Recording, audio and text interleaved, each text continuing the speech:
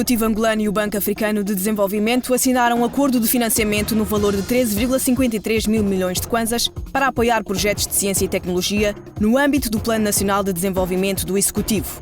A linha de créditos destina-se a projetos em todo o território nacional, com destaque para a construção e equipamento de um parque científico e tecnológico, bolsas de financiamento e projetos de investigação. As autoridades angolanas e chinesas estão a negociar a um ritmo muito acelerado para alcançar um novo acordo de facilitação de vistos e um outro sobre conversão monetária, anunciou o embaixador da China em Angola. Cui Aimin apresentou esta semana em Luanda a segunda cimeira do Fórum China-África, que se realiza em Joanesburgo nos dias 4 e 5 de dezembro, e esclareceu ainda que os dois países estão também a negociar a assinatura de um acordo para proteção recíproca de investimentos. O BNA vendeu aos bancos comerciais em outubro 1,5 mil milhões de dólares, o equivalente a 209,85 mil milhões de kwanzas. No mês homólogo de 2014, este montante ascendeu a 1.387,97 milhões de dólares, o que representa um aumento de 11,74%.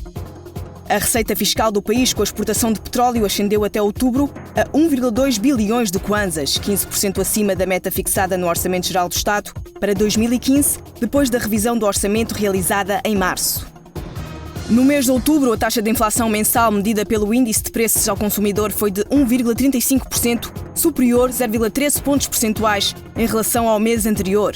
A inflação dos últimos 12 meses situou-se em 12,40% e o crédito à economia cresceu 12,23 pontos em termos acumulados. A Namíbia deixou de aceitar o kwanza como moeda de troca no norte do país, 5 meses depois da entrada em vigor de um acordo entre os bancos centrais dos dois países. O acordo monetário abrangia os moradores das cidades fronteiriças de Oshikango, na República da Namíbia, e de Santa Clara, na província do Cunene. A Administração Geral Tributária realizou uma palestra sobre tributação em sede de imposto de consumo para prestar esclarecimentos sobre as taxas previstas no regulamento do imposto de consumo.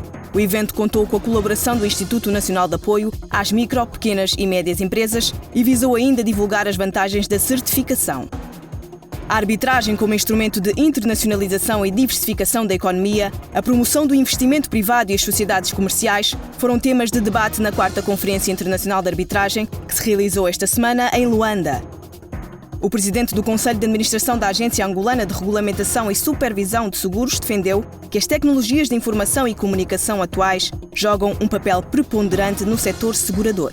Aguinaldo Jaime fez estas declarações no primeiro Fórum sobre o mercado online de seguros e referiu ainda que a iniciativa contribuirá para o aumento da taxa de penetração de seguros no país. A revelação de que a inflação na zona euro ficou estável em novembro, a expectativa face à reunião mensal do Banco Central Europeu e a probabilidade de um aumento dos juros pela Reserva Federal Norte-Americana já em dezembro marcaram o mercado cambial esta semana, em que a moeda única chegou a negociar no valor de 1,056 dólares.